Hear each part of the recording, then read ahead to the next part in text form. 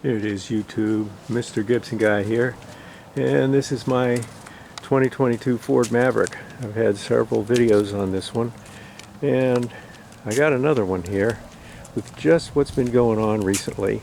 Thought I would pass this on to everybody. Some of it is experience, and some is what my gut tells me, what I suspect is going on here.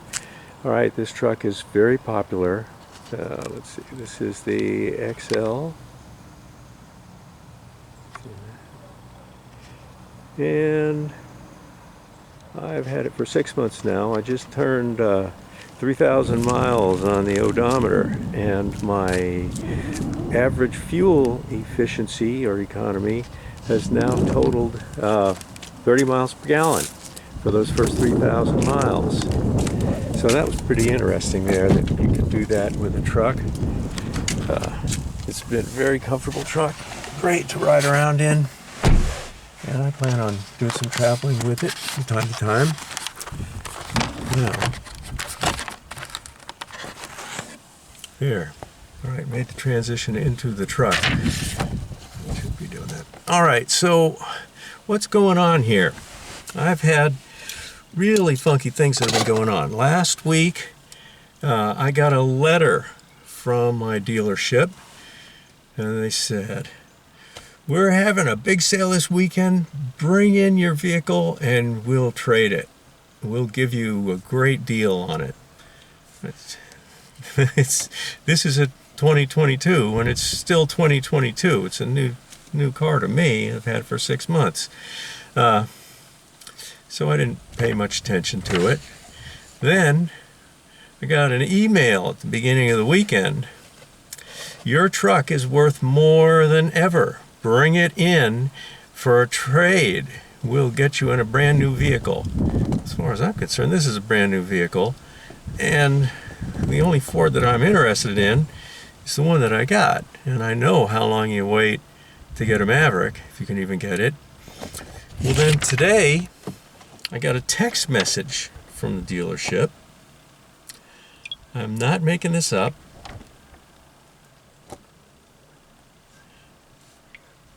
Okay. "Hello, Richard. It's Keith from the dealership in Crystal River. Following up on the letter we sent you. Due to market conditions," I wonder what that is, "we really need your 2022 Maverick and will pay over market value for it. Click the link below for your trade-in bonus offer." Now, sounds to me like they really want to get my Maverick. Why do they sell it to me?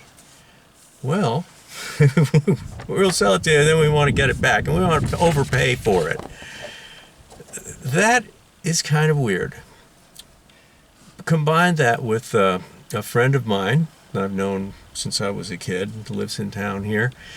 He and his son both went down to the same Ford dealer a couple months ago when they were taking orders for 2023 Mavericks, and they want to order 2 of them. They told him, "Sorry, all 2023s are already committed. We'll send you in line when you can order a 2024. Now, this happens while the 2022s were still the new car. And how does free enterprise work? If you have demand for a product, what do? You make more product, of course. There's obviously a lot of demand here. So there's got to be something else going on. And the first thing that I think about is the whole thing with corporate fleet miles per gallon, fuel efficiency, they call it.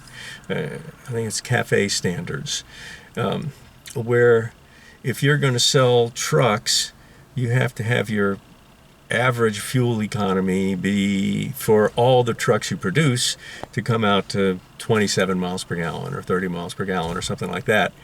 And so what they do is they have to make some vehicles that get that, And then, of course, they build the big, heavy, fat trucks that they make lots of money on because that's what most people want. I don't know, with the price of gas, that may change, but for right now, people want the fast trucks and the big trucks and the huge cabs and, well, you know what I mean. Not really the Maverick, but the Maverick has been really popular. And here's what I'm suspecting, and that is that Ford figured out ahead of time how many of each vehicle they were going to make and how many Mavericks they had to make to keep the average fuel economy to whatever, 27 or whatever the requirement would be. And so they said, all right, well, we have to make 100,000 Mavs or something like that. And they had orders for 200,000 Mavs. But in order to reach this corporate average fuel economy, all based on the shoulders of how cheap the Maverick could be with gas, they had to do some things that were outside of the most efficient practices. They had to build much of the truck with aluminum instead of steel. Still had to use enough steel to give it rigidity, and you know they succeeded in doing that, but they made the truck quite a bit lighter, and they used a car frame or car platform, they call it, not a frame, doesn't have a frame, and built the truck on that. And it's a unibody construction, not a separate bed. And then with all the little tricks that they had to put in it, it's got a turbocharger, it's an EcoBoost, and all those sort of things. And it's 8-speed or 10-speed transmissions, continuously variable, all of that stuff. And the funny thing was that they offered as the base model, this is the base model, but as the base with no options, it was the hybrid. And the option was for the EcoBoost. Like, they didn't really want people getting EcoBoost. We were trying to get people to buy all hybrids. And unknown to them, people really did buy the hybrids, a lot more than they were expecting. So the hybrids were sold out really fast.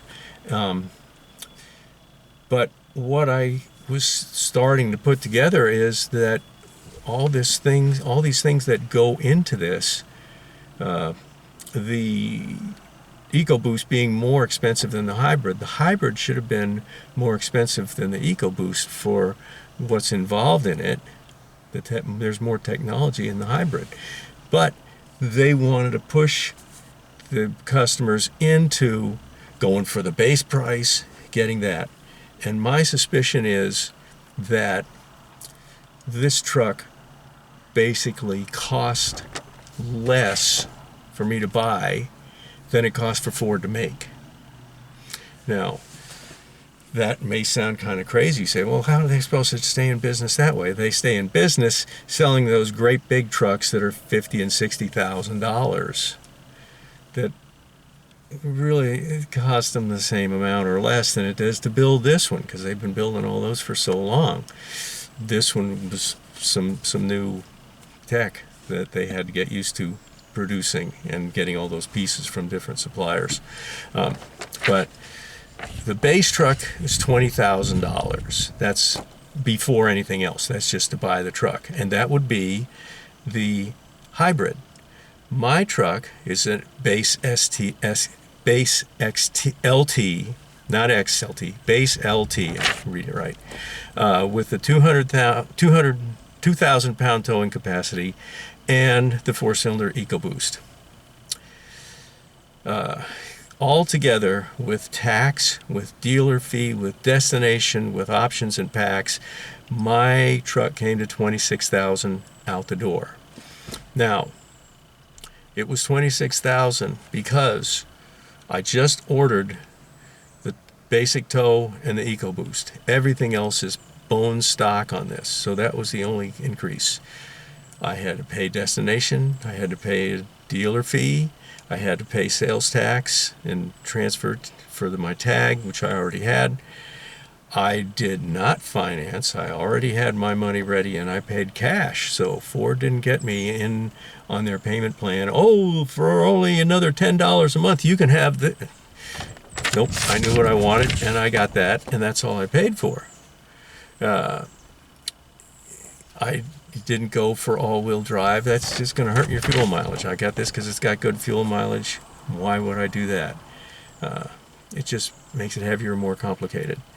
And if most people would go for the XLT with options like a Lariat package, and you're going to find real fast that your $20,000 truck ends up costing you $40,000 because of all the stuff that they throw onto it and all these extra conveniences that you can get. Not that you know how to use them. Well, you probably know better than I do, but I can still read the fuel mileage. I got that one down. So my observation is, or my suspicion is, I guess would be the right word, that I'm driving around in a truck that I paid $26K for, but that cost Ford $30,000 to make it. And now Ford wants it back. They want to get it back so they can sell it to somebody else for more money because they'll get more money from it. And basically they lost money selling me this truck. That's kind of what I think, because they really are determined to get these. There's that much demand, but they won't increase their production numbers. So it can't be just basically, oh, that's, you know, there's that much demand for it and you can get the money for it, make more. They won't do it. That's because they're losing money on it. So I got my Maverick, and no matter what Ford does, they're not getting it away from me. I'm keeping it, and I'm going to keep it for the rest of my life and be glad that I got it. It's a great truck, and that's it for my message today. So this is, give me a like and view my channel, watch for other videos, and I'll be with you next time. Mr. Gibson Guy out.